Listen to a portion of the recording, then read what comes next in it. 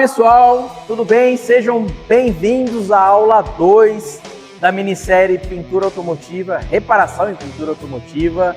Estou de volta aqui, meu nome é, para quem não assistiu a aula 1, meu nome é Rodrigo Guerra, sou proprietário da oficina Guerra Metal Shape e professor no curso Método Esparta, que é de funilaria artesanal. Eu estou aqui com o Grande, que é o professor de preparação em pintura. Certo, Grande? Certo. Olá, pessoal, sejam bem-vindos. Vamos aí para a segunda aula, né? Pessoal, como eu falei, essa aqui é a aula 2. Então, ontem rolou a aula 1. Então, coloca nos comentários aí. Você assistiu a aula 1, você participou, o que você achou das dicas que o Grande deu lá na aula 1? Né? Conta pra gente a tua experiência, se você já passou por alguma situação daquela, como que essas dicas vão te ajudar. Coloca aí, tá? Beleza? Não deixa de escrever não, escreve aí que pra gente é importante essa informação. Ok? Bom, Grande, vamos recapitular então o que rolou ontem na aula 1? Sim. Então, faz uma passada rápida aí. Então, nós falamos basicamente sobre 3 assuntos que eu acho que realmente assim, tem uma importância fundamental, né, para você que busca ter uma qualidade excepcional aí no seu trabalho de reparação, de correção até de superfície, até o acabamento final, né? Então, o primeiro deles, a gente falou sobre carepa de laminação, que é um fenômeno que acontece durante etapas de aquecimento de metal e que isso pode, inclusive, ocasionar vários problemas em relação à sua pintura, né? Falamos também sobre sistemas de lixa que interferem. Confesso que esse negócio da lixa aí é surpreendente, né? A gente espera que tenha uma coisa padronizada e às vezes o padrão não é algo tão simples, né? Sim, pode sem gerar dúvida. realmente diferenças aí no processo. Né? Inclusive sobre o padrão, tá? Só puxando um ganchinho sobre isso aqui, eu dei aqui uma dica sobre o padrão, explicando que é uma coisa que precisa ser cuidado, mas assim, aí já falando de fabricantes de lixa de uma forma mais ampla, vocês também têm que ter o cuidado na escolha desse fabricante para não comprar sempre o mais barato, porque a padronização do formato do grão, tá? Daquelas pontinhas que são produzidas na hora que aquilo ali é produzido na indústria. Então, assim, até a forma como aquelas pontas são selecionadas na hora da colagem daquilo ali na folha de papel interfere se você tem uma coisa mais uniforme ou não, tá? Sim. Então, assim, de uma fabricante para outra, principalmente de fabricantes mais econômicos em relação a custo, não tem uma padronização. Também não. Não, se você coloca no microscópio e tal, você consegue perceber que existe variação de tamanho do grão do quartzo, da areia que foi utilizada. Então você acaba produzindo ranhuras com uma variação também de profundidade. Esse é o famoso barato que sai caro. Exatamente. Né? E a gente falou também sobre o massa poliéster. Massa, isso. Que é uma situação também que gera muito problema, né? É a primeira fase ali da preparação para a pintura, é a correção da superfície, um nivelamento que também vai envolver desde uma modelagem de frisos, de vincos do carro, até toda a base que você vai realmente produzir ali para receber as etapas seguintes. Então, assim, gera muito problema em relação à aplicação de massa, principalmente em relação a volume, que às vezes a pessoa excede na hora disso, né? Então, basicamente, ontem foi isso. Ontem foi isso. E você me deixou uma pergunta ontem no ar, que a gente acabou jogando para hoje, que é em relação à revolta de pintura. Isso. Que é um dos assuntos que a gente pretende falar hoje, né? Exatamente. Então, nós vamos falar hoje também sobre a linha, por todo o percurso onde o ar passa, desde a produção lá no compressor até a saída do revólver, né? E vamos também dar mais uma dicasinha interessante aqui quando se trata de polimento. Importante, etapa importante, né? Grande, e antes da gente entrar direto nesse conteúdo aí, que tenho certeza que, como ontem, já vai ajudar demais, primeiro uma coisa importante. Pessoal, quem não assistiu a aula de ontem, dá tempo de assistir ainda, tá? Então assiste essa aula de hoje aqui, que vai ser muito bacana, mas depois pode voltar lá, procurar a aula de ontem e assistir enquanto está disponível para você assistir. Então aproveita que a aula realmente trouxe informações aí que podem mudar a forma de você trabalhar na tua oficina, ou se você é um hobbyista, pode mudar a forma de você encarar o desafio aí, de encarar a tarefa aí de você entrar nesse mundo da pintura, que é apaixonante. Confesso que meu mundo é metal, mas assim, eu olho o mundo da pintura com extrema admiração, que ela é a cereja no bolo, né, do trabalho. Então aproveita e assiste lá. E fique até o final, que garanto para vocês não vão se arrepender, vocês vão gostar bastante do que eu tenho para contar para vocês. Gerson, você começou a contar a tua história ontem, falou lá que 12 anos, é isso? De 12 para 13. 12 para 13 anos, seu pai era um chinelo numa mão e a mangueira na outra. Era meio isso. Meu pai era caminhoneiro e estava querendo... Na verdade, ele era motorista de carreta, ele estava querendo abandonar um pouco isso, estava muito pesado, uma rota muito, muito extensa que ele fazia entre Belém do Pará e Belo Horizonte, queria um caminhão para ele poder trabalhar mais dentro da cidade. E aí eu comprou um caminhão velho, tentou reformar ele, acabou tendo alguns problemas ao longo do percurso e no final sobrou para mim efetuar a pintura, mas de uma forma realmente bem... Então começou com um negócio meio de amor e ódio, né? Não, total. Eu diria que mais ódio até do que de amor. Mas aí, assim, no final acabou sobrando. Ele montou lá improvisadamente um compressor, que eu, obviamente, não recomendo ninguém que faça isso. Montar um compressor, pessoal. Não inventa de fazer uma loucura de jeito nenhum. Aí. Tem riscos assim, eminentes em cima disso. Não se envolva com isso. Mas, enfim, foi o que eu, como não tinha nenhum tipo de conhecimento, eu acabei ficando com aquilo que sobrou depois dessa pintura. E surgiu algumas pessoas, alguns vizinhos, pinta minha geladeira, pinta minha máquina de lavar, pinta minha bicicleta. E, enfim, como eu queria levantar algum dinheirinho, acabei fazendo uma coisa e outra, depois pintei minhas próprias bicicletas, e, enfim. Com o passar do tempo, eu acabei me distanciando um pouco disso, porque eu precisava ali, né, aquela fase que a gente está sempre querendo ganhar algum dinheirinho para poder, enfim, desenvolver na vida, né?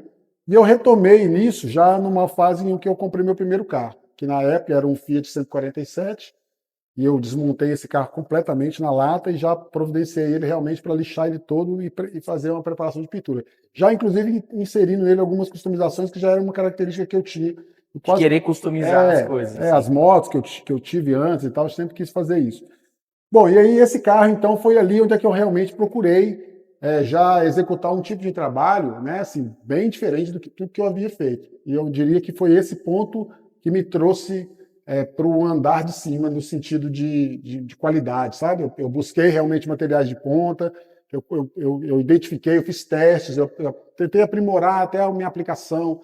Eu acabei descobrindo, por exemplo, que o compressor precisaria de alguns ajustes, questão de regulagem de ar, essas coisas, enfim. E no final eu acabei pintando o meu carro inteiro, montei ele todo, e dali para frente é onde eu realmente apaixonei pelo sistema da pintura automotiva de uma forma mais ampla, né? E seguir por esse caminho até os dias de hoje, sendo sempre...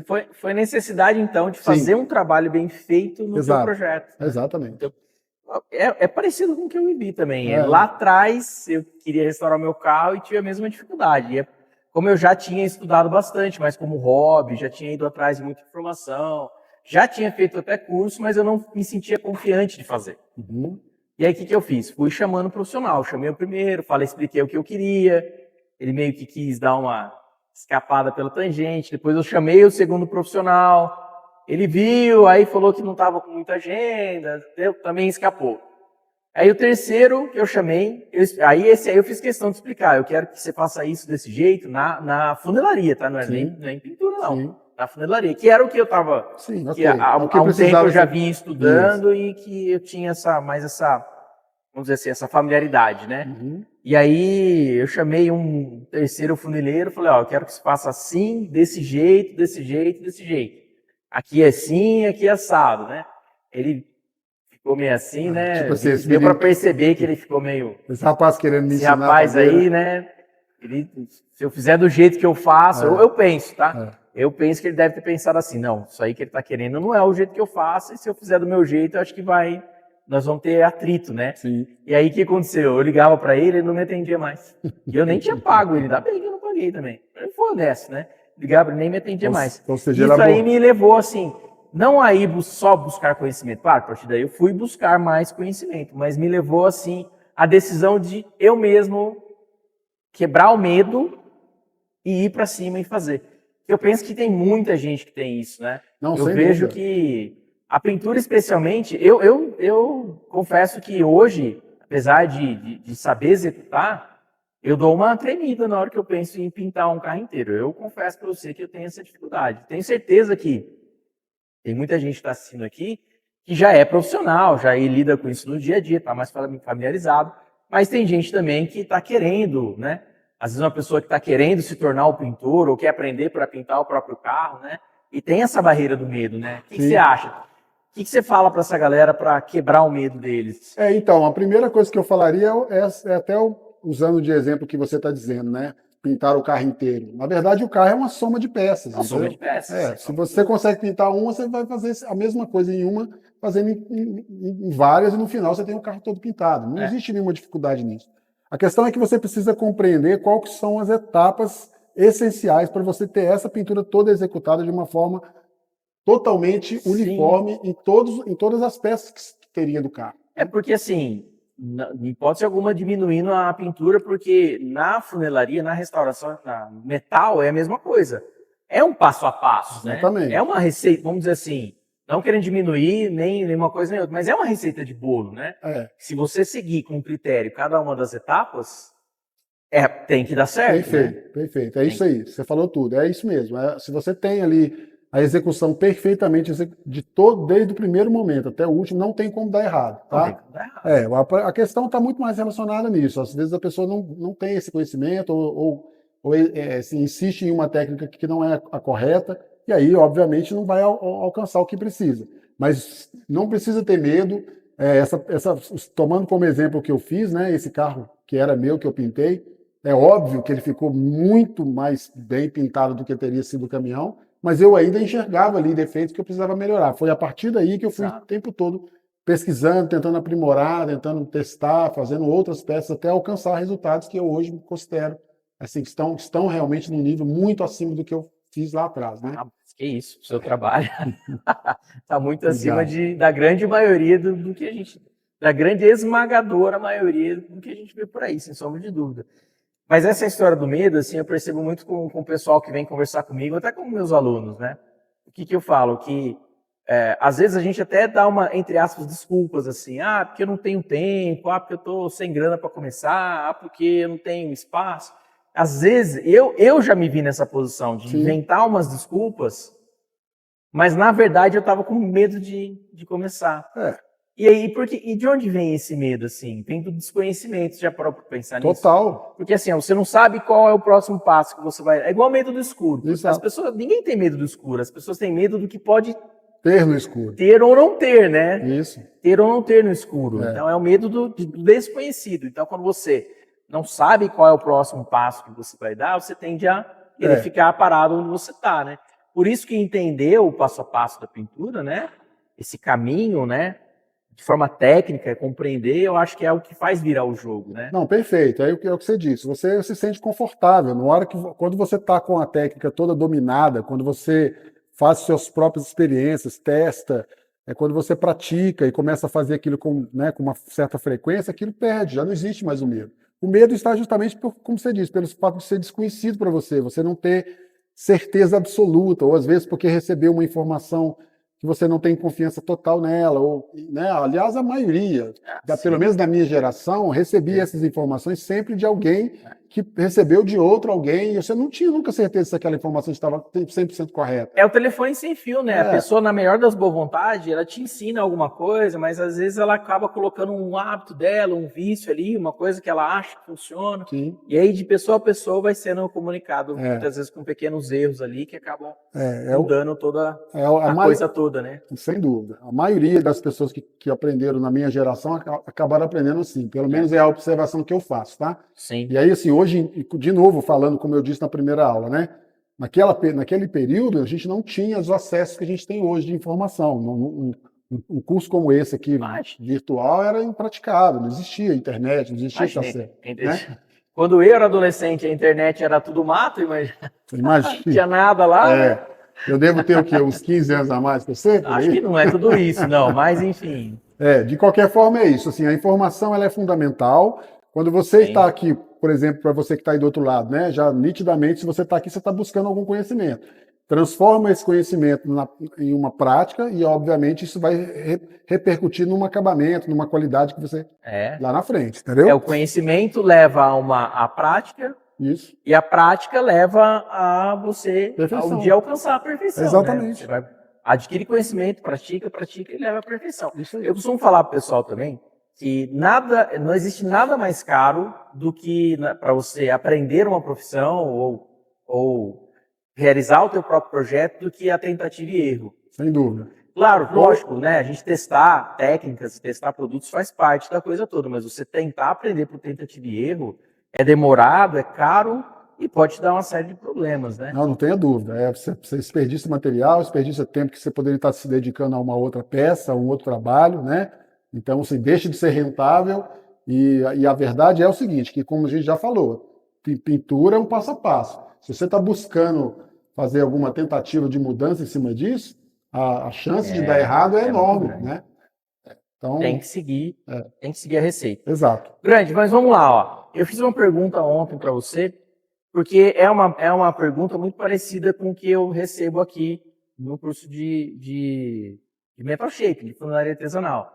Que a galera vê as máquinas aqui na oficina e acha que tem que ter todas as máquinas. Eu sempre reforço para a galera que assim, ó, o mais importante é a técnica. As máquinas vêm depois. Então, quando você compreende isso, já te libera de uma série de restrições, né?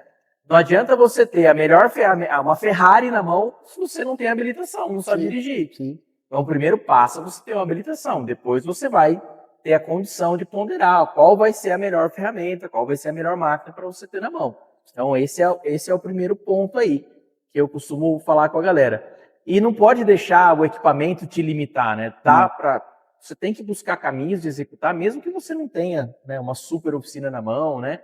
Então, eu perguntei ontem, eu acho que você vai me responder hoje, sobre assim, eu preciso de 4, 5 pistolas de pintura para executar um processo, ou daria, claro, a gente sabe, né, que quanto mais ferramenta e quanto melhores forem as ferramentas, melhor é o resultado, né? Sim.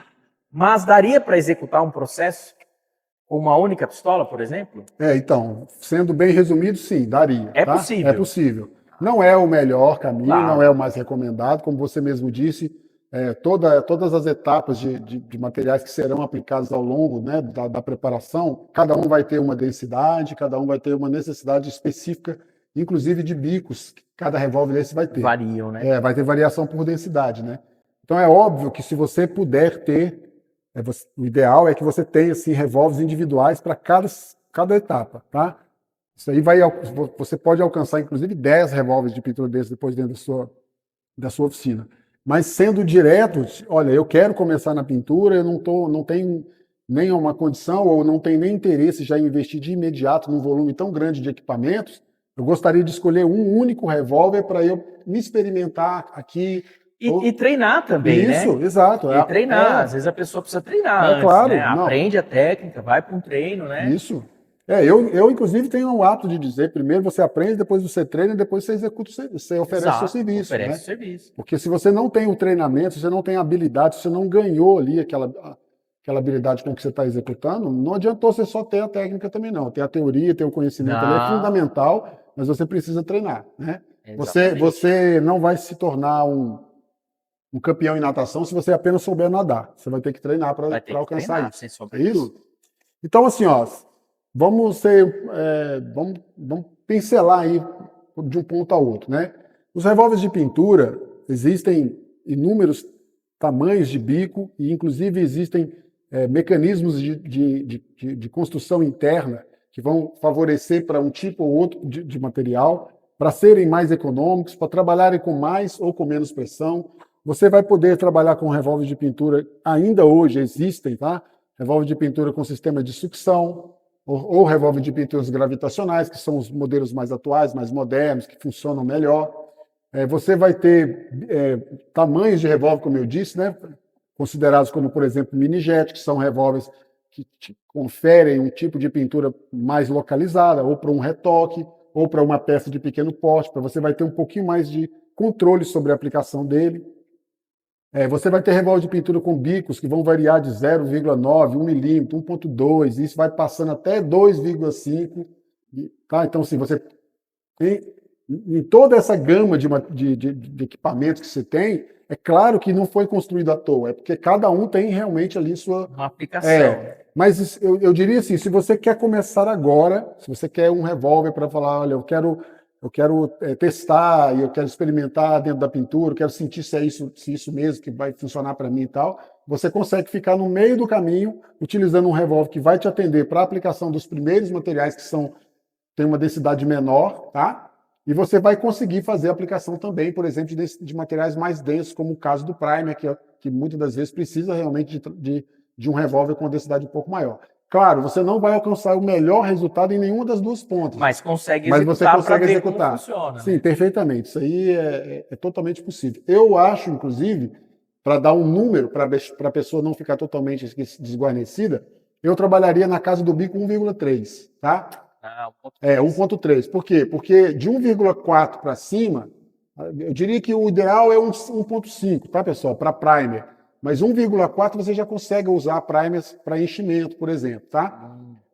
Esse bico de 1,4 ou 1,5 já não é ideal para você, por exemplo, aplicar verniz. Ele vai deixar uma granulação muito espessa. Ele solta muito material, né? Não é, na verdade, não é nem só soltar muito material, porque ele vai construir uma atomização na ponta da capa É o que vai desenho, formar, né? exato, ele vai formar uma tremulação que a gente conhece como casca de laranja, tá? A textura da Isso superfície aí. ali. Então você vai acabar tendo um pouco mais de trabalho com o polimento dessa peça para alcançar um resultado mais limpo, mais liso, tá? Entendi. Por outro lado, se você pega, por exemplo, um bico muito fino, por exemplo, 1,2 ou 1,0 ou 0,9 e quer esse bico para aplicação do primer, aí você vai ter muita dificuldade. Você vai acabar tendo que diluir demais esse primer, vai ter uma carga de solvente que não é a recomendada. Você não vai conseguir aplicar um primer que faz a função, né, pelo menos sobre o ponto de vista de primer de enchimento, que é o que vai te permitir fazer um taqueamento. Aí, com isso, você vai ter necessidade de aplicar várias camadas. A tendência é você ter uma sobrecarga de solvente na peça, então não é ideal que você utilize bico tão fino para o primer. Mas então, para deixar no meio do termo, eu diria que com um bico 1,3 você consegue executar tanto as aplicações dos selantes, quanto a aplicação do primer, quanto a aplicação da tinta, quanto a aplicação do verniz, com um acabamento que é aceitável para os dois. E aí, claro que entre esses processos tem que ter uns cuidados com a ferramenta. Não resta dúvida. Na verdade, isso aqui eu estou me referindo. Limpar, né? Aqui eu estou me referindo exclusivamente ao bico, tá? Mas você precisa conhecer sobre ajustes de leque, principalmente nessa situação. Você está trabalhando. Vai variar de material para material. Você está trabalhando com um revólver que ele não foi projetado para todos os materiais. Nós estamos utilizando ele aqui, mas certamente ele estaria no meio do termo, né? Então você vai ter que entender como que você ajusta a agulha para poder soltar mais ou menos material. Você tem que compreender como é que você regula o leque de trabalho. Isso também vai de acordo até com o formato da peça e com a quantidade de material que você quer aplicar ali, tá? Você tem que conhecer também sobre a pressão de trabalho que esse revólver trabalha, porque isso vai variar de marca para marca. Então, vai ter revólveres, por exemplo, gravitacionais, que vão conseguir trabalhar com libras de 20 a 25 libras de pressão. Em compensação, você vai ter revólveres de sucção que vão ter necessidade de 45, 50, até 60 libras de pressão. Isso tudo vai interferir. Tá? Você vai ter, às vezes, uma aplicação de um produto que vai provocar um monte de névoa, um monte de material excessivo fora da área que você quer trabalhar, que a gente, inclusive, chama de overspray. Então, assim, não é só ter o bico 1.3, você tem que ter um conhecimento um pouco maior de revólver. Bom, então, pessoal, essa aqui ó, é uma sagola, né, o modelo 4100G. É um revólver já bem renomado, bem reconhecido aí no mundo afora. E aí aqui é o que eu estava querendo explicar. Ó. A gente tem aqui essa parte que é o manômetro, onde você vai fazer o ajuste da pressão de trabalho. E aí, como eu disse, se você trabalha com um único revólver desse, você pode ter necessidade de ajustar essa pressão um pouco maior para a aplicação de um material um pouco mais denso, como é o caso do primer, ou ajustar com um pouquinho menos de pressão se você, por exemplo, estiver trabalhando com um material bem líquido, né, como a aplicação, por exemplo, de um selante, que tem por característica uma densidade bem menor. Tá? Uma coisa que é muito importante quando você for escolher um revólver de pintura, no meu ponto de vista, é primeiramente o peso desse revólver e a ergonomia. O peso por quê? Porque você precisa levar em consideração que um revólver pesado ele vai gerar em você um desconforto ao longo da sua pintura. Tente imaginar você pintando um carro e tendo que dar uma passada geral ao redor dele por mais de uma vez, né? Aplicando cada uma das etapas da pintura, e ainda por cima com um caneco, com um determinado peso, então isso vai se tornar desconfortável. A outra coisa é o próprio mecanismo, né? O funcionamento do gatilho. Tem alguns revólveres que têm um certo peso na puxada, então isso precisa ser muito macio. A empunhadura de onde você coloca a mão não pode ser nada desconfortável. Então, essa é uma das considerações que é importante a pessoa que estiver entrando aí nesse mundo ter em mente, tá? Bom, eu tinha falado sobre a questão da limpeza, o que eu acho, inclusive, fundamental, principalmente se você pensar em ter um único revólver, como a gente está citando a possibilidade, né? Não é o recomendado, mas como uma possibilidade, você precisa ter absoluta certeza que cada etapa que você fez, ele está totalmente isento lá dentro, não pode ficar nenhum tipo de resíduo. Então, assim, não existe nenhum tipo de dificuldade, né, na desmontagem desse revólver. Basicamente, o que você precisa compreender é o seguinte: sempre a parte central, onde está a capa, esse alinhamento aqui, é onde tem a agulha. Essa agulha é o que vai fazer você definir o volume de material que sai. À medida que você ajusta aqui, você diminui ou aumenta o volume de produto que sai, tá? Alguns revólveres têm um leque na parte superior, outros têm um leque na lateral. É o que vai definir. Esse aqui é um exemplo do leque na lateral, né? Exatamente. Esse aqui tem a agulha aqui que vai fazer o ajuste do volume de material, e aqui eu consigo regular o leque. Nesse caso aqui, a pressão está regulada na traseira. Aí o leque ele vai ficar menor e maior, assim, né? O leque, se eu colocar ele regula, com né? formato de mão, seria mais ou menos isso aqui, ó. Imagina que eu estou pintando, o que o leque vai reproduzir lá é isso aqui, tá? Obviamente que se eu estiver pintando na vertical, eu vou girar essa capa para posicionar ela, para ele mudar de posição para me pintar nesse sentido, tá? Então o leque faz isso. À medida que eu fecho o leque, ele se orienta numa linha um pouco mais reta. E à medida que eu abro o leque, ele vira como se fosse... aumenta a área que ele está. Exatamente, o acesso dele. E aí tem os ajustes que você precisa fazer para você não ter perda de material, para você não provocar muito overspray, né? Mas enfim, falando da desmontagem, tá? Então o que é fundamental você ter em mente para desmontar ele? Basicamente é exatamente o corpo dessa agulha, porque é onde o material vai passar por ela. Então simplesmente você remove a capa. Todo revólver que você comprar vai vir com a chave própria para desmontagem. Alguns desses revólveres vão ter aqui, ó, nessa parte da capa, do bico, perdão, algum sistema de vedação. Outros são construídos como este caso aqui, ó, que o próprio metal isola apenas com um aperto. Ele é construído de uma forma cônica, que à medida que você aperta, ele isola lá dentro. Aqui então está a agulha. Você vai tirar aqui essa peça aqui, que é o parafuso de regulagem de ajuste. Cuidado que aqui dentro sempre vai ter uma mola que forma pressão na agulha. Você vai simplesmente empurrar a agulha aqui para trás e tirar ela, tá?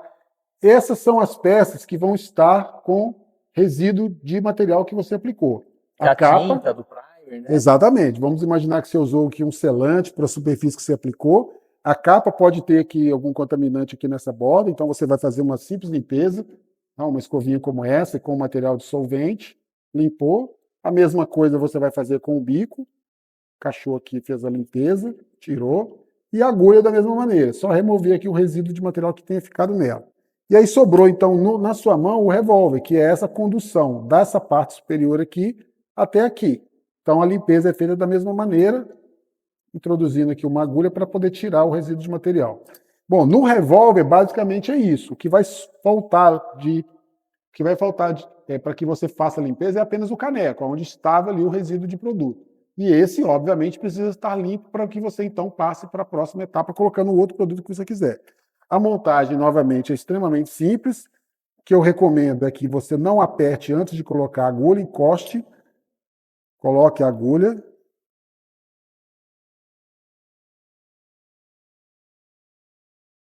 Encaixa a mola. Põe o parafuso de regulagem. Agora você vai apertar aqui. Não estrangule, não é um aperto excessivo. É apenas um encosto e um leve aperto aqui, ó, para ela poder vedar. Coloque a capa novamente. Nunca deixe essa capa fora do revólver, é muito comum ela cair, ela é muito frágil, acaba amassando, depois você perde aqui a vedação dela, tá? Leve até o final e volte apenas um pontinho para você ter a possibilidade de movimentar aqui. Não pode ficar bambo, porque senão vai dar retrocesso, e não pode ficar totalmente apertado, porque senão a peça não movimenta. Então, falta um pouquinho e pronto. Está pronta para receber o novo material e continuar trabalhando na pintura. Então, ó, basicamente, sobre revólver de pintura, como eu disse, não tem dificuldade. Às vezes a pessoa tem medo de desmontar, porque eu tenho receio de danificar. Essa parte que eu fiz aqui, se você tiver uma bancada, como eu fiz, desmontar e limpar, você vai manter o seu revólver limpo assim, praticamente para sempre. Se você tiver um bom revólver, que você selecionou ele da maneira como eu expliquei, você terá um revólver por muitos anos e funcionando perfeitamente bem. Tá? E sempre com thinner de limpeza mesmo, né? Não precisa inventar nenhum outro produto. Né? Não, é assim, ó, a questão da limpeza é sempre a utilização do solvente que você está aplicando, né? Então vai de acordo com o material. Você pode precisar, por exemplo, usar um thinner poliuretano para limpar Se tiver sopra de poliuretano, vai precisar de um... A maioria dos produtos que você tem aqui pode ser que você consiga fazer como a limpeza do thinner usando um thinner de limpeza. Mas pode ter que refinar com algum outro material. Eu diria que não são todos que vão ser dissolvidos. Por exemplo, se você estiver aplicando um material de base epóxi, você vai ter dificuldade com o thinner de limpeza. Entendi. Né? E o recomendado é que você use o solvente do próprio material. Porque aí você não tem resíduo. Aí você tem uma limpeza 100%. Para completar, existe também alguns tipos de tinta que elas, em um termo mais, assim, para explicar melhor, né, elas vão talhar com o thinner de limpeza. Então elas criam lá dentro alguns fragmentos e não dissolvem. Então quer dizer que o cara, se ele usar o thinner de limpeza para tudo, pode ser que fique resíduo que vai atrapalhar a não, sem dúvida. Essa capa, como eu mostrei aqui dentro, ó, se ficar um pouco de tinta dentro desse ponto aqui, é exatamente onde a agulha trabalha, é exatamente o ponto onde ela veda a tinta. Então ela não pode ter resíduo lá dentro, porque ela vai causar interferência nessa vedação. Porque ela vai para o outro material. Aí você vai ter metralhamento, você vai ter uma série de defeitos na aplicação. Então quer dizer que tem uma série de defeitos na pintura que pode surgir simplesmente porque usou o solvente errado na limpeza. Totalmente. Só. É muito. Olha, eu dou manutenção às vezes em revólver de pintura e eu vou dizer para você. Para outras pessoas, para outras Sim, para loja, para empresas, para oficinas, né, para outros pintores, eles às vezes trazem revólver e mandam para mim para me dar manutenção. E eu vou dizer aqui claramente, assim, existem os reparos desses revólveres, que são os sistemas de vedações, cada marca vai ter o seu de característica, né? Bom dia a todos, meu nome é André, eu sou morador da cidade de Anápolis, Goiás. Estou aqui para falar um pouco para vocês sobre o curso de preparação em pintura, ministrado pelo professor Grande, em parceria com o Guerra, né, Rodrigo Guerra, da Guerra Metal Shape. Então, o que eu tenho a falar sobre o curso de preparação em pintura? Pessoal, assim, eu fiz, antes de chegar no curso, né, ministrado pelo professor Grande, eu fiz 2 cursos pela internet que não surtiu muito efeito, não foi muito produtivo, né, e resolvi fazer esse com o professor Grande. Né, depois de assistir a live com Guerra, depois de ver as 3 aulas gratuitas, né, com o professor, eu resolvi fazer o curso, paguei o curso e não me arrependo hora alguma. O curso é excelente, o curso tem um valor agregado muito grande, né, para quem é robista, no meu caso eu sou robista, eu não sou profissional da área, né, vai agregar muito conhecimento. E para quem é profissional também, né, porque o professor ele tem uma experiência muito grande na área, os trabalhos dele são trabalhos excelentes, a forma, a didática que ele usa nas aulas, não tem como você ficar com dúvida, né? E além do momento que tem para você tirar dúvidas ali no WhatsApp, e tem um grupo, né? É feito um grupo da turma, o professor responde com muita rapidez. Se você lança a pergunta ali com no máximo 1 hora ali, estourando 1 hora, ele já responde, e graças a Deus foi um curso que valeu a pena, tá? O investimento, você vai ter um retorno do investimento. Hoje eu tenho uma caminhonete D10 que eu estou reformando. Comecei do zero, desmontei a caminhonete toda. É uma caminhonete de família, era minha e do meu pai, e agora eu tô reformando essa caminhonete eu mesmo. Tá? Então tá ficando bom. Vou postar aqui alguns vídeos sobre o serviço aí para vocês terem uma ideia, né? Não iniciei ainda a pintura da lataria, estou pintando o motor, chassi, remoção de tinta, mas já dá para ter uma ideia do quanto eu aprendi aí com o professor Grande. Tá bom? Um abraço a todos. Até mais.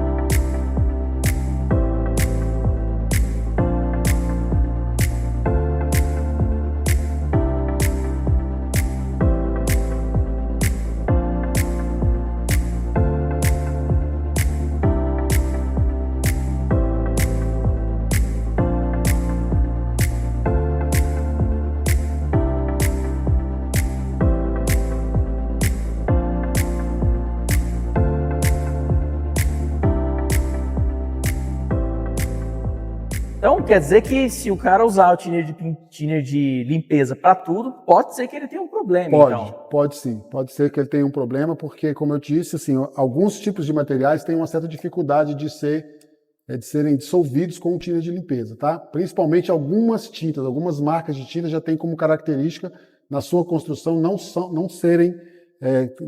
elas não dissolvem com tinta de limpeza. Não quebrar ali. É uma característica que eles fazem proposital exatamente para que o pintor não utilize esse tipo de tinta. Isso aí corre o risco de ficar um contaminante fragmento ali, lá dentro. Fragmento e atrapalhar na pintura. Atrapalha por vários motivos. Atrapalha porque ele pode cuspir na pintura, mas ele também pode servir aqui como um encosto para o gatilho. Para o gatilho e para o sistema e para a agulha, né? É isso. Confesso que eu não sabia disso, tá vendo? Ainda bem que eu não sou pintor. Então, como eu até assim, eu tenho, por prática também, dou manutenção em alguns revólveres e tal, e eu digo para você o seguinte, alguns reparos acabam sendo necessários serem substituídos por fadiga, por desgaste natural, raramente, mas acontece também de ter que trocar, às vezes, todo o conjunto, ou por um dano que ocorreu de um acidente e tudo. Mas eu diria que 70%, pelo menos, ou talvez uns 65% de todos os defeitos que eu pego na pintura está relacionado com sujeira. Resíduo de material que foi sendo acumulado porque o cara não limpou direito a primeira vez, a segunda e foi acumulando. Aí você pega o bico lá interno, está cheio de material que está travando o movimento todo dela. Então quer dizer que às vezes o profissional ele perde a ferramenta porque não soube dar devida manutenção. E não é uma ferramenta barata. Não é, e tem um detalhe interessante, né? Até ele conseguir perder a ferramenta, ele perdeu várias pinturas. Que ao longo do que às vezes sai mais caro do que a própria ferramenta. É verdade. Sim, é verdade, é algo para considerar. Sem sombra de dúvida. Pessoal, fala uma coisa, vocês já passaram por problema aí de ter tido um problema na pintura por às vezes aí ter deixado escapar ali no processo de limpeza da ferramenta? Conta aí nos comentários aí. Não precisa ficar com vergonha não, tá? Porque eu tenho certeza que todo mundo uma hora ou outra passou por isso daí. Só que é uma coisa muito simples. A pessoa às vezes tem um certo receio, falando, não posso ficar desmontando, vai danificar ela. Vai estragar, né? Não tem problema. Se você tem um revólver de pintura com uma qualidade legal, pode desmontar apenas essa parte. Não há necessidade de você ficar desmontando ela toda, tá? Eu diria que isso aqui você vai desmontar só realmente na ocasião de dar uma manutenção nela. Se começar a vazar ar por dentro, algo assim, aí a gente tem que realmente fazer uma manutenção mais geral. Mas esse tipo de limpeza aqui, de desmontagem que eu estou explicando, eu faço em todas as etapas de pintura que eu faço, eu sempre desmonto e lavo de novo. Eu nunca, porque é muito comum o pintor pegar e jogar um pouquinho de tinta aqui, ó, e borrifar e tal, e falar, tá lavado. Tá bom, né? E não é tá, só isso, não tá. Né? Algum resíduo sempre vai ficar. Sempre vai ficar. Se você tiver esse cuidado, eu garanto para você que você vai se surpreender com o tanto que ela vai durar. Como eu disse já na primeira aula, eu tenho uma com mais de 20 anos de uso. E eu uso ela todo dia. Ô, Grande, você falou de borrifar ar ou alguma coisa a respeito do ar. A própria linha e o compressor, eles interferem na pintura, né? Não estou falando só na questão da pressão, assim, mas de impureza, variação, impureza, óleo, água, essas coisas interferem, né? Pois é, Rodrigo, eu te confesso que esse é realmente um dos maiores problemas que o pintor enfrenta, tá? Porque o ar, ele é né, assim, ele é muito fácil de ele ser contaminado. Entenda que o compressor está tirando o ar da atmosfera, comprimindo ele para dentro de um reservatório. No momento em que ele retira ele da atmosfera, ele já pode estar contaminado, ele já pode ter um resíduo sólido, ele já pode vir ter com alguma coisa ali já. E aí esse ar, então, sob pressão dentro do reservatório, né, do próprio compressor, neste momento que ele é comprimido ali, ele já pode de novo provocar um outro problema, porque a gente sabe que todo ar existe uma umidade relativa, né? Sim, claro. E a umidade do ar, o ar sob pressão, ele tem a tendência a condensar isso. Então essa água vai ficar dentro desse reservatório, tá? É por isso que tem um sangrador no ar. Exatamente. Aí entra esse outro problema, que é uma coisa que assim, pela maioria das vezes que eu percebo, por negligência, a pessoa não faz isso com frequência. Essa falta de dreno que é feita dentro do reservatório, ela causa inúmeros problemas. O primeiro deles que eu posso dizer para vocês é até assim, né, nítido. A água que ficou ali dentro vai acabar em algum momento saturando e vai sair dentro da sua linha pneumática. Mas ela tem outros desafios. Você ocupou um volume ali dentro. Você perde o volume do cilindro. Eu já peguei reservatórios para poder dar manutenção, parece até mentira, mas tinha mais de 20% do cilindro ocupado com água. Então você imagina uma coisa, a água não é compressível. Se você tirou dela do seu reservatório 20% dela, olha o tanto de ar que você perdeu capacidade de armazenar. Né? Aí esse é um problema, porque se você perdeu espaço ali dentro, você fez com que o seu compressor armasse com mais frequência. Naturalmente, gastou energia, trabalhou menos mais vezes produtividade na oficina. Né? Trabalhou mais vezes. Se você tem ali 2 equipamentos trabalhando ao mesmo tempo, ele superaquece. Se ele superaquece, ele aumenta a condição de condensação de água.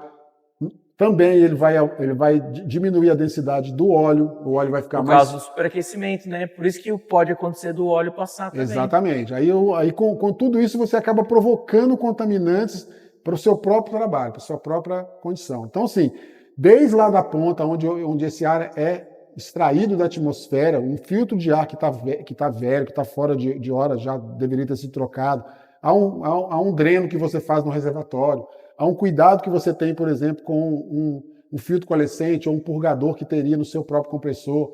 Aí vem a passagem da construção da sua linha pneumática, né, que ela tem que ter um dimensionamento, ela tem que ter uma inclinação, ela tem que ter, cada vez que você descer ela para poder trabalhar com alguma ferramenta, ela tem que ter um ponto ali para extração de umidade. Né? Dependendo do lugar onde você está, se você está numa área mais costeira, se você está numa área que tem por natureza, uma umidade relativa do ar mais considerável, né? Nós vivemos num país tropical, onde tem determinados locais em que a umidade fica muito alta. Então, aqui mesmo, ó, essa semana aqui, a gente começou a semana com 30% de umidade. Chegamos hoje a 80%. Deve estar mais ou menos uns 70% ainda. Hoje, né? na parte da manhã, estava 80%. Estava 80%, né? Olha a variação, né? Porque teve 2 dias aí com chuva, né? Então, tudo isso acaba interferindo. A pessoa, às vezes, não se toca, que ela precisa realmente se manter atenta. Tem detalhes, né? E para a pessoa que tem o hobby lá, que tem um compressor pequeno, o filtrinho lá no compressor, a mangueira, tem que ter os mesmos cuidados, né? Não, sem dúvida. É proporcional. É proporcional apenas. Se você tem uma linha pneumática maior, você obviamente vai ter mais filtros coalescentes, vai ter mais purgadores. Você pode ter a necessidade, às vezes, de ter até um secador de ar, né? Você vai ter outros cuidados. O tamanho do seu reservatório é outro. Tudo interfere, tá? Mas se você tem um compressor de pequeno porte, você tem que ficar mais atento ainda sobre o ponto de vista do aquecimento. Por quê? Porque é meio natural que em algum momento ali ele se saturou. Ele não está dando conta mais de atender toda aquela demanda que você produziu. Às vezes você comprou ele. Você comprou ele, às vezes, para fazer uma pintura pequena, que você imaginou que. E aí, logo na sequência, a coisa ampliou, você já instalou uma nova ferramenta junto ali, uma rota orbital, ele está armando e desarmando com uma frequência maior, naturalmente ele vai produzir um pouco mais de água ou de óleo dentro do seu reservatório. Né? Sim. Então tem que estar realmente muito atento a tudo isso, como eu disse, desde da absorção desse ar da atmosfera até a hora que ele chega no ponto do seu redor. Então tem capa de ar ali. Tem todo um mecanismo correto de como que você constrói essa linha pneumática para você não ter esses problemas. Tem toda uma teoria aí que tem que ser aplicada para que você realmente sinta-se confortável de dizer assim, a pintura não vai ter problema de contaminante, pelo menos sob esse ponto de vista. Você vê como é importante, então, você estar atento aos detalhes, né? Porque, assim, ó, na minha cabeça aqui, eu já fiz uma conta rápida aqui. Que, por exemplo, eu sei que aquele olhinho de peixe lá, que forma às vezes na pintura, tem vários motivos lá que podem causar olho de peixe, mas um deles é óleo na linha, né? Sim. Então, quer dizer que se tiver um filtro de ar que está dificultando a passagem do ar, vai gerar aquecimento do compressor e pode... Então, o filtro de ar do compressor pode causar o olho de peixe lá, que vai te refazer o trabalho. Você vê como as coisas vão se ligando e a gente não está atento, né? Exatamente. Um pequeno detalhe, né? Que às vezes a substituição do filtro de ar ali do compressor pode interferir lá na pintura final, no verniz, na pintura, né? Eu já peguei casos que o compressor estava com esse filtro de ar totalmente obstruído e o dono me confessou que ele nunca tinha trocado. Nunca trocou. Então ele estava assim, a passagem dele estava totalmente obstruída, o compressor estava tendo uma dificuldade absurda de conseguir sugar esse ar da atmosfera. A temperatura do compressor chegou a desligar pelo Por excesso de temperatura. Porque o pressostato tem, né, dentro dele tem um relé que quando atinge a temperatura muito alta ele desliga. Então ele estava desligando por isso, e aí ele me chamou por esse motivo. Eu falei, o seu problema está exatamente no seu filtro de ar que não permite ele conseguir sugar. Então, assim, no caso dele, danificou os anéis de segmento, o óleo já realmente estava passando já para dentro do reservatório, a gente teve que realmente descartar esse compressor, teve que substituir, porque por causa de filtro. Não teve alternativa. Porque você poderia trocar os anéis de segmento, mas o o reservatório já estava Já todo estava tudo comprometido. cheio de óleo, Todo né? comprometido. Você até poderia fazer talvez uma limpeza, mas é uma coisa que você Não é realmente não fica garantido, né? seguro. Então a gente acabou Na pintura, optando então, por trocar. você vê. Por E um detalhe, né? apenas por um Como é fio. importante ter conhecimento, galera. O conhecimento pode te livrar de ter um gasto, pô, que não é barato. um Não, de compressor, jeito né? nenhum. No caso dele, é uma oficina multimarca, ele não teve dificuldade nenhuma em comprar um outro compressor, substituiu e ele reconheceu Não, que mas foi erro, foi imagina todo dele. Não, uma oficina menor, o cara que não é só comprar o compressor Não. também, é o cara ficar ali sem o compressor até conseguir substituir, né? Porque hoje uma oficina sem compressor, ela Não, ela o compressor para, né? o compressor. A gente que trabalha com a pintura, a gente sempre vai ter a tendência de achar que o revólver de pintura é o equipamento principal que a gente tem. Eu diria que talvez ele até seja mesmo, porque é ele que vai executar ali na sua Mas mão. ele sem o Sem o compressor compressor ele não faz nada. não Dentro faz de uma nada, oficina né? onde se trabalha com pintura automotiva, o compressor é sempre fundamental. Importante. E fechando aí esse gancho que você deu, né, em relação à questão do olho de peixe, que é um termo muito utilizado, tá, pessoal? Porque ele forma uma espécie de uma craterazinha que tem uma sensação bolinha. parecida com um olho de peixe. Ele está, de fato, relacionado também com o óleo, mas não é exclusivamente. A umidade também provoca isso. Então, uma gotícula de água que tenha passado, por exemplo, pelo percurso todo da linha, seja porque não foi separado lá no dreno, seja porque não passou pelo filtro coalescente ou está saturado também vai provocar isso. E, obviamente, que o próprio ambiente, né? Você tem, às vezes, uma gordura, um silicone, cera por perto da pintura, tudo isso pode provocar olho de peixe também. Mas eu diria que 90% a 80% está relacionado basicamente com todo o percurso, desde a hora da linha de ar. Olha só, a importância de conhecer, né? Sim. Que você evita um problema enorme no final, que vai te gerar um custo, às vezes com uma solução simples, né? E você Cuidado simples. E você fica imaginando, às vezes, você fazer a pintura inteira num carro, depois você ter óleo de peixe espalhado nele inteiro, você tem que refazer ele todo. Aí Prejuízo na melhor das hipóteses, se você fizer em uma única peça e tiver olho de peixe, se você tiver que refazer, primeiro, você já vai ficar inseguro se a próxima pintura vai ter olho de peixe de novo ou não. Segundo, você está sobrepondo o material. Você fez uma pintura que você já aplicou 3 etapas, 4 etapas de produto e vai ter que fazer de novo. Vai piorando. Então né? é isso. Assim, a coisa só vai piorando, né? Então é como eu sempre digo, assim, é um ambiente da pintura, você já falou isso uma vez, é um passo a passo, tem que ter toda a atenção do mundo, é muito melindroso, é extremamente gratificante quando você alcança bons resultados, sabe? Mas, assim, basicamente o que precisa é de atenção. Eu costumo dizer, assim, que a pintura é muito bacana, né? Porque a pintura é uma coisa fácil, se você for ver. Você Muito vai lá, fácil. obedecer algumas regras lá de Muito distanciamento e tal, Muito e é fácil. É. Mas é o fácil que não é simples, né? Não, Por não quê? é. Porque por trás da ação de aplicar a tinta aqui, bom, convenhamos, é fácil. Sim, muito Tem fácil. tudo um A preparação, por trás, né? A preparação pode levar um tempo enorme e a aplicação propriamente Muito da rápido, pintura né? é muito rápido. Né? Muito rápido. E como você disse, a pintura ela pode te levar assim, de um êxtase ao precipício, dependendo da ação que você toma, entendeu? Então é basicamente isso que eu considero. Assim, você pode Com realmente certeza. ficar extremamente maravilhado com tudo que você consegue alcançar com a pintura, que é realmente um mundo magnífico, assim, cheio de possibilidades. Eu sou apaixonado pelo que eu faço.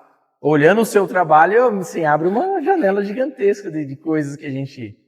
Eu sou suspeito para falar, fazer, mas né? eu sou realmente apaixonado pelo que eu faço, mas é isso, assim, eu fui detectando ao longo da minha vida que basicamente está relacionado com isso. Tudo que vem por trás, tudo que está nos bastidores dessa aplicação que você falou de 10 minutos, é que vai te dar segurança. Assim. E aquele resultado final vai ser... E eu acho que assim, não existe nada melhor do que você pegar algo para fazer que você tenha total domínio do que você está fazendo. Não, então, quando você certeza. pega um revólver para aplicar uma tinta e fala assim, eu tenho plena certeza de que o que eu vou fazer aqui agora vai dar um resultado maravilhoso, não tem nada mais satisfatório do que isso. Agora, quando você está com essa insegurança, é justamente porque você sabe assim, poxa, a última vez que eu pintei aqui, aconteceu um defeito, e que será que ocorreu? O que será que eu estou fazendo de errado? Isso gera uma insatisfação. Você está sempre com aquele medo inicial lá do primeiro momento. Exatamente. Entende? Isso, assim, parece muito com o que eu faço, na verdade, porque hoje, aqui, a gente não tem dúvida nenhuma sobre como fabricar as peças, como executar, como customizar, como construir. Hoje, a nossa única dúvida é qual vai ser o desenho que eu quero, né? Sim. Qual design que eu vou criar? Qual vai ser o design que eu vou criar? E a gente cria o que a gente está na imaginação, que eu vejo lá, você cria o que está na tua imaginação, né? E o resultado final é sempre de alto nível, e tem que ser, né? Porque imagina uma pintura especial daquela lá, se você chegar no final e Não. E aplicar o verniz e abrir um olho de peixe ali. Não, ali é assim, ó, o nível da clientela é sempre cada vez mais exigente. Cada degrau que você anda dentro do ambiente da pintura automotiva, ele te proporciona lucros muito maiores, ele te proporciona ganhos assim excepcionais, mas obviamente que você começa a lidar também com clientes que têm um nível de exigência mais alto, né? Então, quando você parte para esse tipo de caminho, de pinturas mais elaboradas, trabalhos mais refinados, quando você vai pintar, por exemplo, um supercarro, né? É óbvio que esse cliente... Eu já vi lá Ferrari, Sim. Audi, né? Umas coisas meio sérias. Então, assim, esse tipo de cliente, quando ele chega até você, é porque ele tem uma confiança plena no seu trabalho, né? Sim, e você não pode entregar nada além, menos do que isso. Do ótimo. Pelo contrário, você tem que surpreender ele sempre com mais, né? Então, não dá para você alcançar esse tipo de resultado tendo erros que estão realmente muito básicos. Por isso que eu digo, assim, na pintura automotiva você pode ir do precipício à plenitude de acordo com o que você quer fazer. Você quer ser bem remunerado? Você quer trabalhar com realmente algo que você tem um desgaste físico pequeno e te recompense financeiramente, te dê tempo para você fazer outras coisas? Que é um pouco da tua trajetória. Total. Você sai de uma oficina enorme, que tinha um movimento enorme, para trabalhar mais calmo, mais tranquilo. E posso dizer para você com todas as letras que eu sou muito mais bem remunerado do que eu era. E trabalhando assim com um volume, né, assim, é até difícil de fazer uma composição aí em relação a isso. Não, mas eu entendo perfeitamente como que é. Ô, Grande, e você comentou no negócio da preparação, e eu lembrei que a gente estava falando sobre os processos de lixamento e tal, e a gente conversou já sobre isso, e o que eu percebi? Que você tem um processo de acabamento da peça muito rápido, que tem a ver, que o polimento tem a ver com o lixamento. Sim. Como que você consegue encurtar isso aí e fazer aquele puta resultado que você tem? Desculpa a palavra, pessoal. Mas aqui não dá para usar outra palavra, mas vamos colocar aqui, super resultado que você tem, rápido, né? Porque é rápido, né? Sim. Então, o polimento, ele está, hoje, né, ele evoluiu muito, as pessoas desenvolveram vários equipamentos, sistemas, como, por exemplo, as politrizes rotorbitais, tem também as boinas de espuma que vão favorecer. Os próprios polímeros, agora tem inúmeras marcas que estão realmente assim, focadas nisso, então isso realmente facilitou muito. Mas tem que ter um pouco de conhecimento primeiro sobre a própria pintura. O que eu percebo é assim, ó, a maioria das pessoas que passaram a dominar de fato o polimento, eles buscaram conhecimento da pintura. Porque o cara que às vezes erra no polimento, ele não tem conhecimento sobre a espessura do verniz. Entendi. Ele não entende? Assim, o polidor se tornou... Faz todo sentido. Então esse é um dos pontos, né? E aí o que eu faço que realmente você acabou percebendo com um resultado muito satisfatório? E falando especificamente de um polimento de uma repintura, tá? Não estou aqui citando um carro que você, por exemplo, tenha recebido aí uma contratação para executar um trabalho dele. Mas imagina um carro que você pintou, ou uma peça que você pintou, e você precisa polir essa peça, tá? Na maioria dos casos, você vai fazer um polimento, se você alcançou um resultado legal na aplicação do verniz, você vai fazer um polimento pontual para, às vezes, um contaminante, um cisquinho que possa ter caído ali dentro do processo, resumindo naquilo ali. Mas digamos que você queira realmente fazer um polimento extensivo em toda a peça, você quer deixar ela um pouco mais lisa, você quer fazer com que a parte da granulação fique realmente totalmente plana. Então, assim, existem inúmeras lixas que começam com corte para o polimento a partir da granulação 1000. E a maioria das pessoas que estão mais assim, vamos pensar assim, sem tanta certeza do que fazer nessa etapa, acaba começando por aí. Entre a lixa 1.200 ou 1.000. O que eu sempre vejo, a pessoa começa na 1.200, vai para 1.500. Sim. E com capricho, algumas pessoas param por aí. E algumas elas vão uma 2.000, mas lixa aí 4, 5 vezes. Né? Então, você tenta imaginar uma coisa, ó, você fez uma aplicação do verniz, está tudo certo, você alcançou um resultado satisfatório, aí agora você inicia lixamento com uma 1.200. Bom, com o corte de 1.200, você já está removendo um material que você acabou de aplicar. Então você já está jogando o verniz que você aplicou fora, que é uma proteção da sua superfície. Né? O que vai garantir ali, né? Pois é. E aí você está gastando ali com uma folha de lixa que tem os seus custos, obviamente, né? Sim. Dependendo do tamanho da peça ou do carro que você está fazendo, você vai ter um custo com ela. E depois você precisa remover as marcas que você mesmo criou. Que a própria lixa fez. Então você vai começar a refinar isso com uma lixa 1500, você tem um novo gasto. E lixa de novo. Ou às vezes o cara quer tentar tirar já de cara essa marca da 1200, ele entra com uma boina agressiva e com um polímero bem abrasivo para ele não gastar com a lixa 1500. Aí acaba usando bastante polímero, porque usando bastante material. O polimento que também é caro, sem sombra de dúvida, corte, né? Sem sombra de dúvida. E você vai ver, inclusive, vários fabricantes que na própria embalagem ele já escreve lá, remove marcas de lixa 1200. Então isso, de certa forma, favorece o mercado para ele ganhar dinheiro. Passar com a ideia de que ele vai conseguir fazer. Então, assim, essas etapas, muitas das vezes, elas são totalmente desnecessárias. O que define ela ser necessária? É o erro seu da aplicação do verniz. Então tá lá atrás. Tá lá atrás. Você forçou demais a mão, você não respeitou o intervalo da sequência entre a etapa da segunda ou da primeira ou da qual camada que você está aplicando. A granulação já ocorreu, você estava aplicando uma mão por cima. Você não fez um bom alastramento, você não diluiu, às vezes, o verniz com a quantidade correta.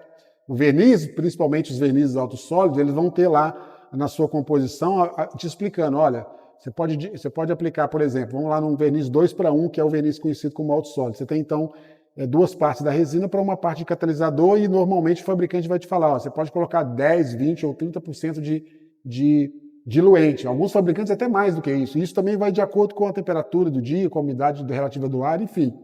Mas o cara, às vezes, ele fica com medo de colocar uma diluição que está realmente dentro da correta, com medo de escorrer o verniz. Aí ele faz isso um pouco mais denso. Então, quando ele aplica, fica uma granulação muito forte. Aí ele tem que ficar trabalhando no polimento, entende? Poxa vida, tá vendo? Então, se você consegue executar um alastramento perfeito no verniz, você consegue alcançar um padrão praticamente igual ao de fábrica. Lógico que você tem que ter um bom revólver para isso, aí já entra em toda aquela questão que a gente falou. É um passo a passo. Sim. Você tem que seguir. Tem que seguir o passo a passo de ponta a ponta, então não tem erro, né? Então, basicamente é isso, Rodrigo. Se você tem conhecimento sobre isso, chegou lá na hora do polimento, você quer dar uma refinada, ou você quer tirar só um cisco pontual, cara, comece com uma lixa 2500, que é o que vai realmente fazer o que você precisa. Com uma lixa 2500, na sequência você vai usar um disco 3000, pode ser com uma rota orbital ou com um pad manual, para remover um arranhão que foi provocado pela lixa 2500, mas isso se torna extremamente simples de ser feito, e na verdade a gente faz isso apenas para diminuir material do polidor, que você consegue... Para gastar menos. Porque você conseguiria tranquilamente tirar essas marcas com a primeira boina. Mas se você faz ali um lixamento com o disco 3000, a primeira passada que você dá com uma boina branca de algodão, mesmo que fosse uma rotativa, tá, pessoal? Porque você também pode trabalhar com uma rota orbital que ainda vai gerar um acabamento ainda melhor. Mas a primeira passada que você der ali, cara, já removeu todas as marcas. Agora é só um refino e um lustre. E tá pronto. Então se torna um processo muito rápido, com um custo reduzidíssimo de material. Com 3, 4 gotas de cada produto desse, você faz uma peça inteira. Você não gasta tempo, você não desgasta fisicamente. Então é isso, tá? O polimento está relacionado com isso. Para mim, aquela deficiência que é gerada na maioria dos casos, que você acaba percebendo marcas de holografia e tal, é justamente porque o cara já está tão cansado de ter que lixar por 1.200, passou por 1.500, passou por 2.000, chega um ponto que ele está com a boina já no final, no limite do dia, o braço cansado. Aí no Nossa, imagina. Ele quer forçar a boina para poder alcançar um resultado mais rápido. Ele marca o carro inteiro, ele desgasta às vezes uma quina de um vinco, né? Ele esfola um verniz, uma pintura. E aí pode perder até o processo. Porque você imagina, ele já cortou o verniz lá com a 1.200, que já tirou uma boa camada do que ele aplicou. Agora ele força a boina para poder tirar as marcas. Vai tirar mais ainda até. A pintura que ele tinha... Pode perder. Pode estar já no finalzinho dela ali na superfície.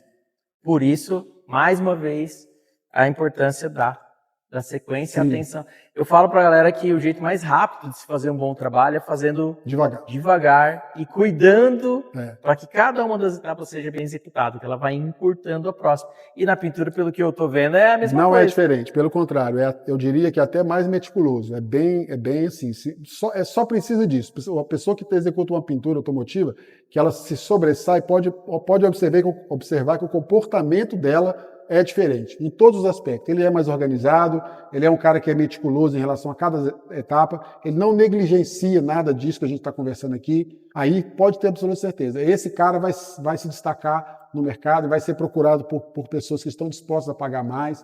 É isso, basicamente o que eu consigo enxergar sobre o mercado durante toda a minha vida. Fantástico. Não, e a gente sabe que o profissional que se dedica, que entrega um trabalho de alto nível, ele sempre vai ser muito mais bem remunerado do que a galera que fica na mesmice de todo mundo, né? Além da agenda, né, Rodrigo? Além da agenda. Além da agenda. Você pode Na verdade, tem que até controlar a agenda, né? Senão vai ter tanto trabalho aí que senão... a verdade é essa. Fica parecendo às vezes para quem está assistindo que assim, tá falando, inventando história ali e tal, mas não, é assim. Imagina. Porque o grande desafio que eu percebo é quem resolve trabalhar com isso é falar, pô, será que eu vou ter cliente frequente? Será que de vez em quando eu não vou passar aperto financeiro? Será que não vai... Enfim, o que eu posso dizer para vocês é o seguinte, se você realmente procurar se diferenciar do que a maioria está fazendo, e isso é fácil de fazer, é muito fácil de fazer, porque existe uma proporção gigantesca de pessoas que estão realmente assim, patinando, porque tem dificuldade, às vezes, de estar aqui assistindo uma aula como essa. A galera que está aqui já é diferente, já, porque só de estar aqui, já a tá gente já sabe buscando... que é uma pessoa que está buscando conhecimento, né? A pessoa que acha que está bom, ela está lá, e ela vai ficar lá e ela vai ficar reclamando. E, aliás, para te falar a verdade, é até bom que exista, porque ela se torna um filtro natural. A seleção natural dos clientes. Aquele cliente que está realmente querendo uma coisa mais barata, mais econômica, vai acabar procurando esse profissional. Vai para lá e está tudo bem, está tudo certo. Tudo certo, não tem problema. Né? E, enfim, e se você está buscando algo um pouco acima... mais rentável, né? Mais confortável de trabalhar. Você tem que pôr na sua cabeça, que todas as etapas do processo da pintura vão ser exigentes, vai te exigir, mas é assim, essa exigência ela é para melhorar para você mesmo, ela vai exigir menos de você fisicamente, ela vai exigir menos... mais atenção, mas exige menos fisicamente. Menos material.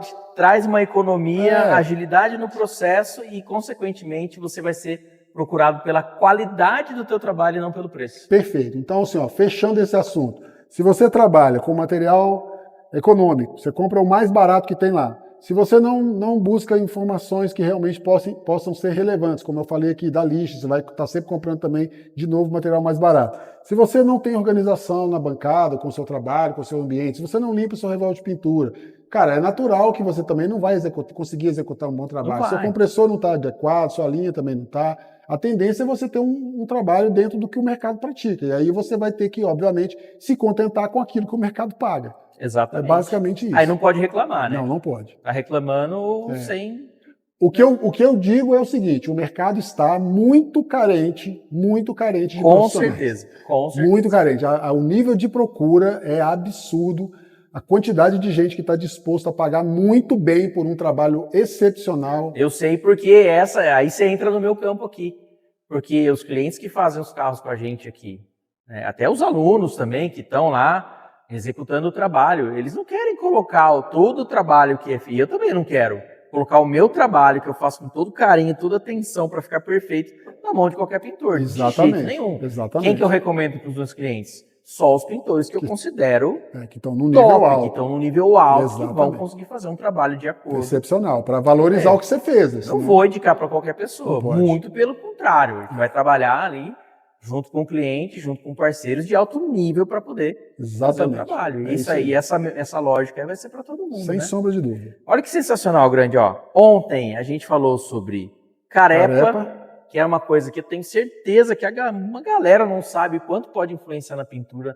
A gente falou sobre massa, que a galera tem um preconceito enorme, a questão não é colocar ou não, é a técnica correta, e a quantidade. Conceitos, quantidade, né?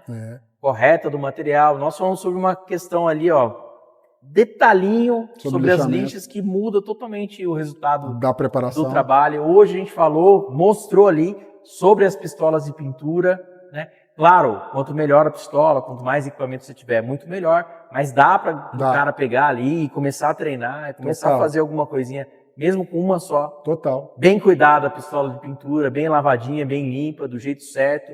Isso aí dá para a pessoa começar por ali. Importância de uma linha de ar.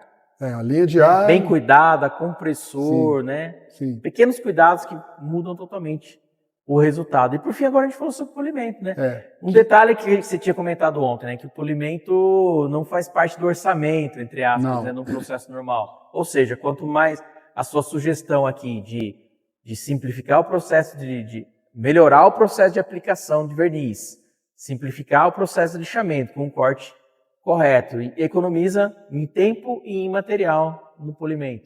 Imagine uma coisa, vamos chegar aqui num consenso sobre isso. Se você tem uma oficina e você tem um polidor, você já está pagando para ele Exatamente. Se você tem Já é um um polidor custo e aí você tem que ter um equipamento de polimento, que é a politriz, mais as bonas, mais o material, tudo isso está sendo, sabe, absorvido pelo seu bolso. Sim.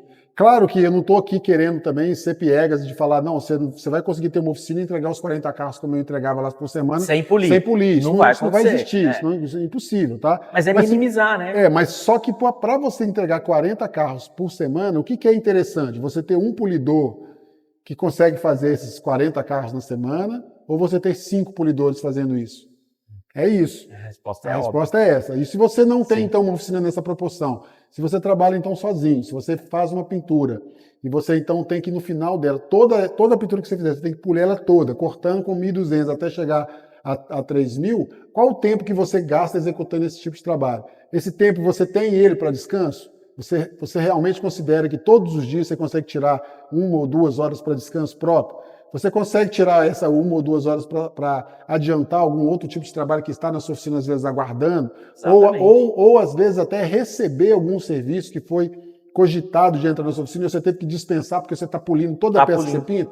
Então é isso, o polimento ele não é que ele seja impraticável, não, pelo contrário. Ele tem que acontecer, mas é bom que ele aconteça menos, que tenha menos necessidade de que aconteça o polimento. E se for acontecer, que seja de forma mais simples, mais fácil, né, e gastando menos produto. Ou rentável, porque você cobrou para polir. Cobrou para polir. Um carro chegou, uma moto chegou e falou, eu quero o polimento. Aí você cobrou para executar. Agora, você trabalhar ali, corrigindo um erro que você mesmo provocou, é uma autossabotagem. Com o polimento, é uma autossabotagem. Aí é perder dinheiro, né? Exatamente. Grande, sensacional, cara. Tenho certeza que a galera que está acompanhando aí, que assistiu essa aula de hoje, achou sensacional essas dicas. Para mim, com certeza, as dicas que fazem mudar totalmente a forma de ver aí N coisas, né? Hoje, pistola de pintura, linha, até essa questão do polimento, a aula de ontem. E pessoal, se vocês não assistiram a aula de ontem, garanto para vocês, foi tão sensacional quanto essa daqui, tá? Então, dá tempo de assistir ainda, tá? A aula ainda está disponível, então corre lá, assim que acabar essa aula aqui, e vai assistir. Mas a aula não acabou não, tá? Viu, Grande? A aula não acabou não. Ou melhor, a galera andou perguntando aí sobre o curso de preparação em pintura automotiva. Você agora, como professor lá no curso online de preparação em pintura, a galera está perguntando e vamos explicar para eles? Pode, fique à vontade. Então faz o seguinte, galera, vou organizar aqui o que eu vou mostrar para vocês. No curso de preparação em pintura automotiva, o que você vai ver então? Técnicas para você realizar remoção de massas e pinturas antigas sem danificar a peça ou o carro. Vai ver detalhadamente o processo de reparação, aplicação de massas, taqueamento, aplicação de primers e protetivos, tudo sobre os equipamentos de pintura de uma oficina, como pistolas, compressor, cabine de pintura, lixadeiras, politrizes.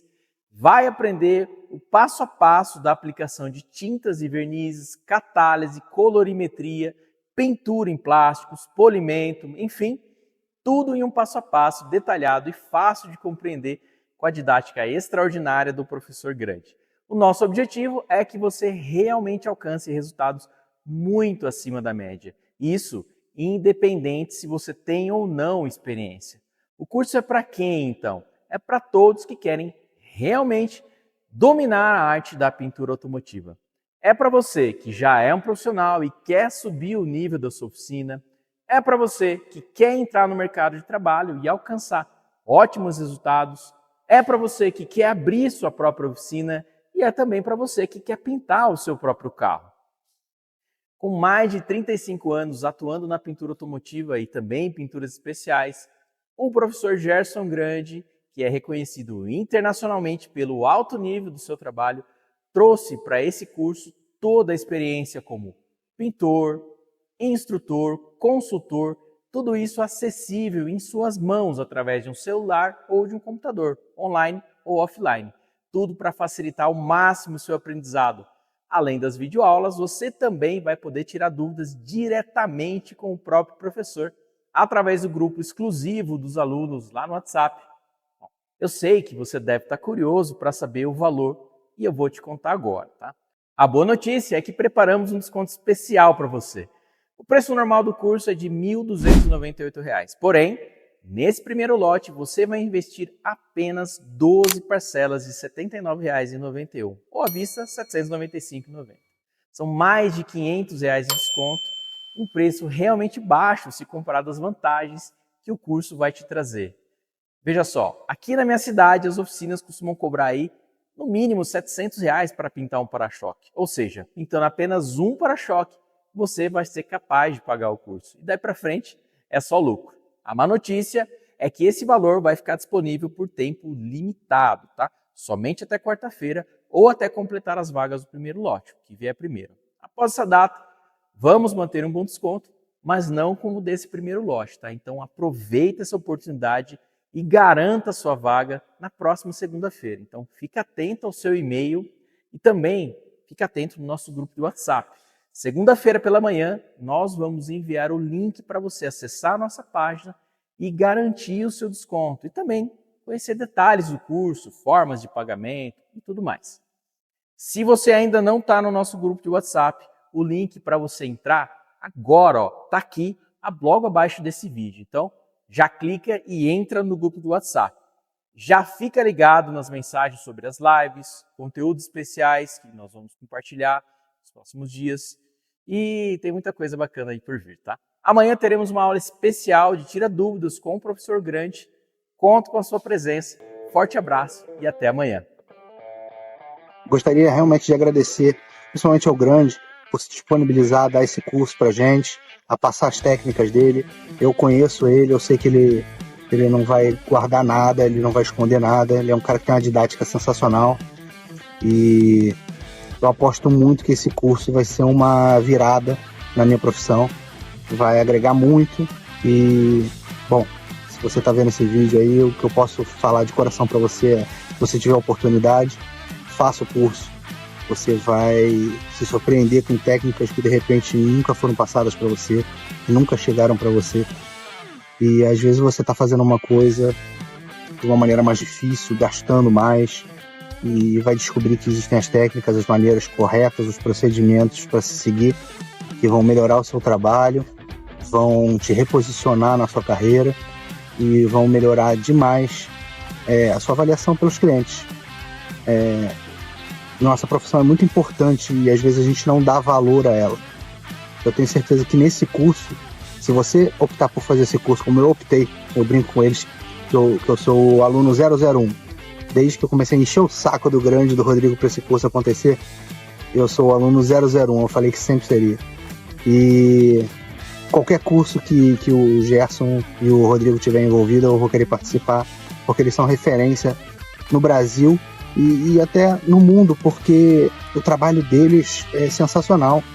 E eu me espelho muito nesses caras e sempre que puder eu vou estar ali absorvendo todo o conhecimento que eles têm para passar.